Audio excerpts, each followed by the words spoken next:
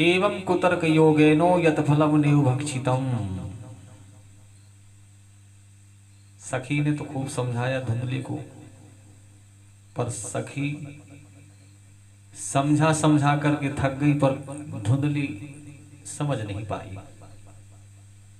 क्यों? क्योंकि धुंधली ने इतनी कुतर्क किए कि सखी ही थक गई।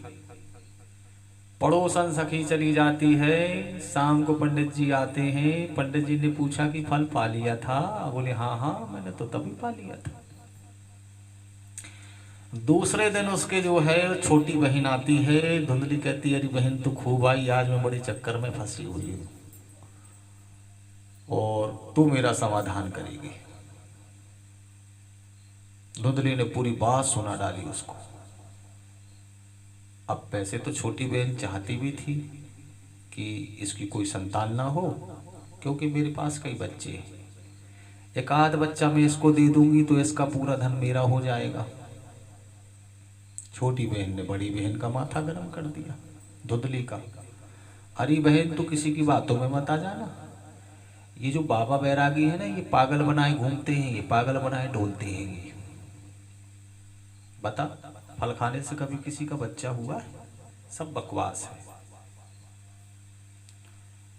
अगर तुझे थोड़ी सी भी सच्चाई मालूम करना है तो तू अपने फल को गाय को क्यों नहीं खिला देती? कई वर्षों से तेरे यहाँ गाय बंधी हुई है, उसका भी तो कोई बच्चा नहीं, उसको खिला दे।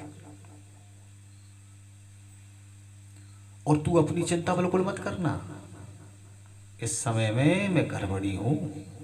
अब की बार जो भी बच्चा होगा ना मेरा, मैं तुझे लाके सौंप दूंगी। हाँ, रही बात मेरे पतिदेव की कि थोड़ा मोड़ा धन दे करके उसके मुंह को बंद कर देंगे, किसी को कानो कान खबर भी नहीं चलने देंगे बहन। और फिर तुझे कोई कष्ट भी नहीं होगा, तुझे बेटा भी मिल जाएगा। अरे मुझ में और तुझ में कोई अंतर है क्या? धुंधली छोटी बहन की बातों में प्रसन्न हो जाती है। बहन बहन हो तो तेरे जैसी, तूने मेरी सारी समस्याएं एक क्षण में ही दूर कर दी। अपना बेटा जरूर दे देना। बोले हाँ हाँ जरूर दे दूंगी। बहन की बातों में आकर के उसी फल को गाय को खिला दिया गया, पर धुंधली ने उस फल को खाया नहीं मित्रों। पतिदेव को विश्वास दिलाते रही, महाराज मुझे बड़ा फायदा हो रहा है। पंडित जी भोले भाले बड़े प्रसन्न रहे। कालांतर में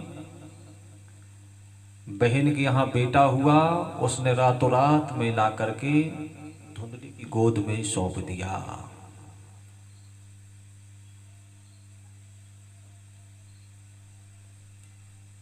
धुंधली जाकर के पतिदेव को खबर करती है कि देखो महाराज जी मुझे बेटा हो गया। भोले भाले पंडित जी बहुत झूमते ही नाचते हैं। ठीक 3 महीने के बाद में जो फल गाय ने खाया था उसने भी एक बेटा को जन्म दिया। कनक कांति सर्वांग सुंदरम दिव्यम निर्विलम कनक प्रभम। गांव वालों को पता चला, सब लोग दौड़े दौड़े चले आई, पंडित जी बधाई हो बधाई हो। भगवान देते हैं तो छप्पड़ फाड़ कर देते हैं, कहाँ तो एक बेटा नहीं था, अब देखो तो पंडित जी के 2-2 बेटे हो गए। गाय ने भी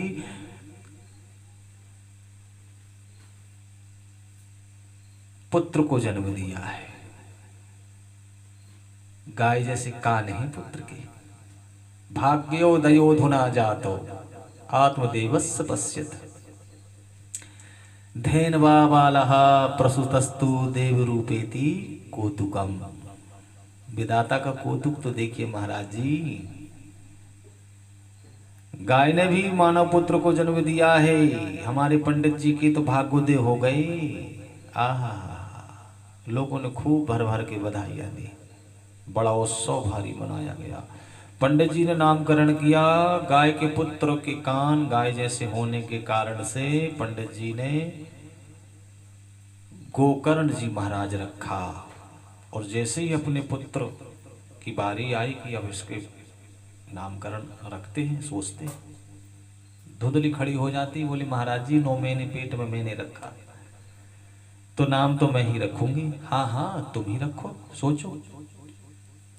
तो बोले मेरा नाम धुंधली है तो मेरे पुत्र का नाम धुंधकारी होना चाहिए महाराज। ठीक है देवी, तुम्हारी इच्छा। धीरे धीरे दोनों बालक बड़े हुए, ख्याति तो दोनों ने ही प्राप्त करी,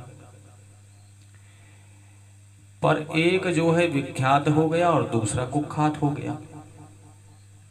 कियत काले नितौ जातौ तरणौ तनया बुभौ गोकर्णः पंडितो ज्ञानी धुंधकारी महाखलाः। बालक ज्यों ज्यों बड़े होते गए, गोकर्ण जी महाराज उतने ही प्रकांड विद्वान होते चले गए और धुंधकारी उतना ही दुष्ट दुराचारी होता चला गया। गोकर्णाः पंडितो ज्ञानी। पंडित का अर्थ क्या है मित्रों? सत असत विवेचनी बुद्धि पंडा सा अस्य संजाता सा पंडिता। सत और असत का जो ठीक से विवेचन कर सके, ऐसी बुद्धि का जो मालिक हो वह पंडित है, उसको पंडित कहते हैं। इसलिए तो भगवान ने अर्जुन को कहा कि डांटा कि तू पंडितों जैसा थोड़े ही सोचते हैं जो तू सोच रहा है। सत असत का जिसमें विवेक हो वह पंडित। ऐसे महान पंडित गोकर्ण जी महाराज हुए और धुंधकारी तो चोरी करने लगा, दुराचारी हो गया, जुआरी बन गया। घर में जितना भी धन था एक एक करके सब ठिकाने लगाता रहा, सब ले जाता रहा, व्यभिचार में प्रवृत्त हो गया। एक दिन तो घर के बर्तन सब उठा करके बाजार में जाकर के बेच दिए। अब पंडित जी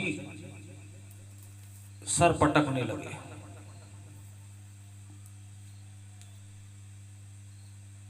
सर पीटने लगे।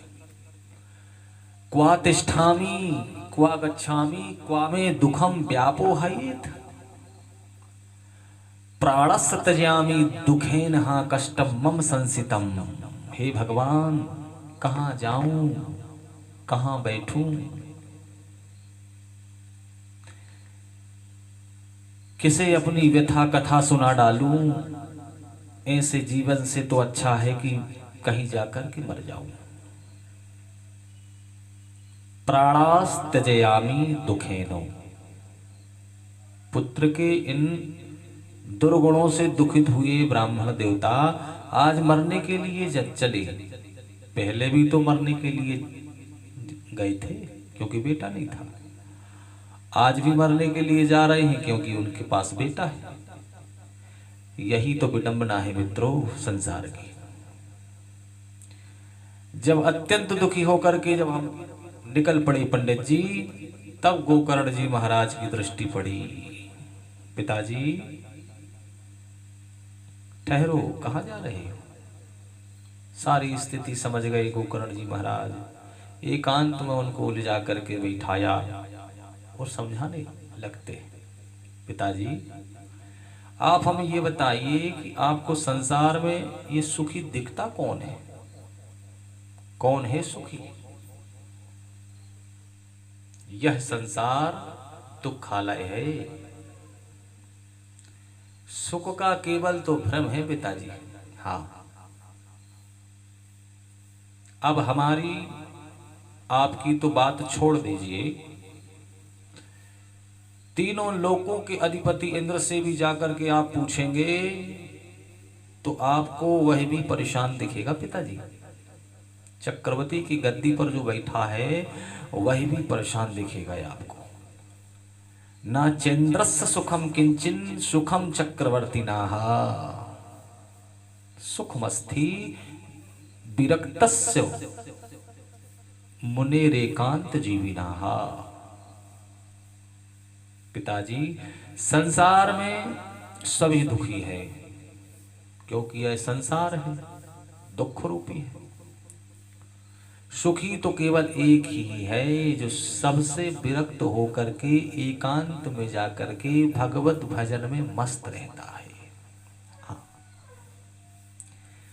जिसके मन में कोई कामना ना हो, कोई वासना ना हो, केवल वही महापुरुष इस संसार में सुखी रह सकता है। जीव स्नेह के पास में बंधा हुआ है, इस संसार के अंधकूप में पड़ा हुआ है। बुद्धिमान वही है जो इस कुएं से अपने को निकाल ले। आत्मदेव महाराज जी ने पूछा कि बेटा तो मैं क्या करूं? मैं भी इस संसार से अपने मन को हटाना चाहता हूं, पर मन हटता नहीं है। गोकर्ण जी महाराज कहते हैं कि पिताजी इसका उपाय भी हम बताते हैं आपको। तो मित्रों, गोकर्ण जी महाराज ने अपने ही पिताजी को इस संसार से विरक्त होने का उपाय बताया है। तो हम जानेंगे अगले वीडियो में। तब तक के लिए सभी मित्रों को जय श्री राधे।